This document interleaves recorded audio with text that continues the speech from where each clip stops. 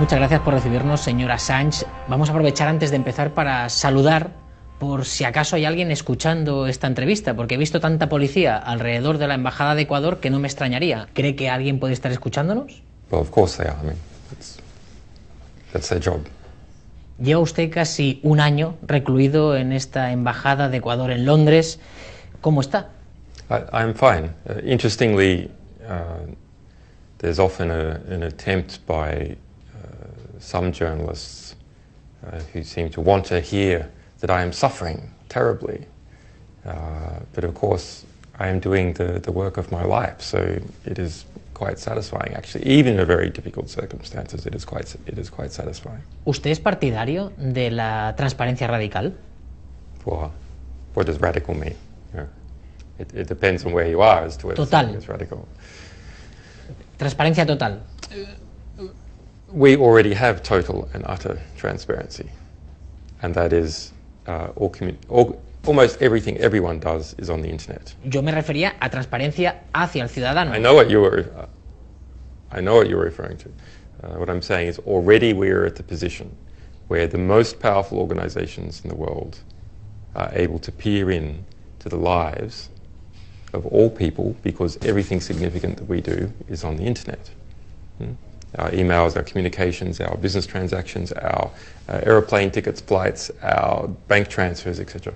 All the information is going up to those people who already have enormous power, spy agencies and their contractors. And therefore the only way of balancing this is for information to also flow the other way and for it to flow laterally. ¿Usted no envía ningún email? ¿Nunca? Not directly, through my lawyers. But for me, everything I say over email is something that can be used in espionage prosecution. So we have to be quite careful. Email and SMSs are the least secure of all the communications mediums. Yo vengo de un país, de España, en el que no tenemos, por ejemplo, ni ley de transparencia. ¿Qué le parece? In relation to the United States, you go, well, the United States has got a transparency law, but look at all the abuses it conducts. Of course, it's finding ways now to make everything classified and to hide everything from the public. Para usted, las leyes de transparencia, a veces los países, los gobiernos de los países las utilizan como coartada. Very, very, very frequent. If we look at the UK, when people wrote requests to UK government departments under the transparency law saying they are horrified that such a law exists, and it's quite funny to see the responses. What?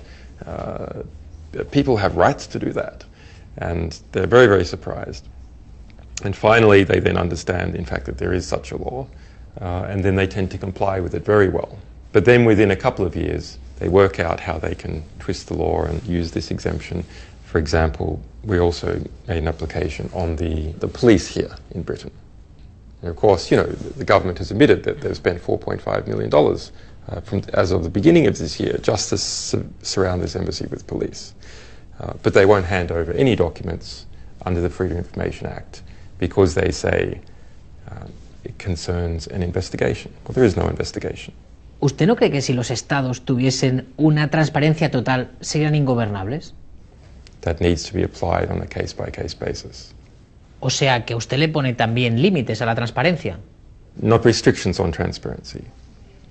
This is not the default. The default must be that the state is completely transparent to the people, but the state may, in limited cases, apply to withhold information from the people for a limited period of time. ¿Se pueden hacer públicas informaciones que pongan en peligro la vida de terceros? Se lo digo por esta filtración que hizo Wikileaks, donde ustedes filtraron los nombres de fuentes diplomáticas junto a decenas de miles de cables. Y el cuerpo de la información dice que el Departamento de Estado americano y grupos de defensa de derechos humanos temían que la revelación de estas fuentes podían poner en peligro a estas personas. ¿Cree que esto es una imprudencia? Well, it's an absolute lie and an absolute propaganda disgrace. And I am so pissed off about this. Let's look at the reality. There is not a single claim by any government, including the US government, that any information that WikiLeaks has released in the past 6 years has ever resulted in physical harm to even a single person in any country in the world. So this is just like weapons of mass destruction. This was a fabrication constructed out of nothing. ¿El límite para publicar una información es cuando uno cree que puede estar poniendo en peligro la seguridad de un Estado? Por ponerle un ejemplo concreto, imagínese que usted tiene entre manos una información que piensa que si igual la publica, un grupo terrorista puede tener una información privilegiada que le permita hacer un atentado contra ese país. ¿Usted lo publicaría? What is national security? I mean, it refers to, in essence, a particular sector of the economy. The national security sector of the economy. Those influence groups, those arms manufacturers, those generals, those bureaucrats who are all prospering and profiting from national security. So when someone says, oh, I believe that affects national security, what they mean is, I believe that that affects a very large and powerful interest group that will attack back. In the United States, right now, there are over 5 million people with security clearances. Over 1 million people with top secret security clearances. The majority of the people with top secret security clearances, who do they work for? The CIA? The Pentagon? No. They work for private military organizations in the United States. This is one of the ways that the United States government has worked out how to get around the Freedom of Information Act. You just hire Lockheed Martin or SAIC or Blackwater to do all your dirty stuff. And it's a private company, so the Freedom of Information Act doesn't apply.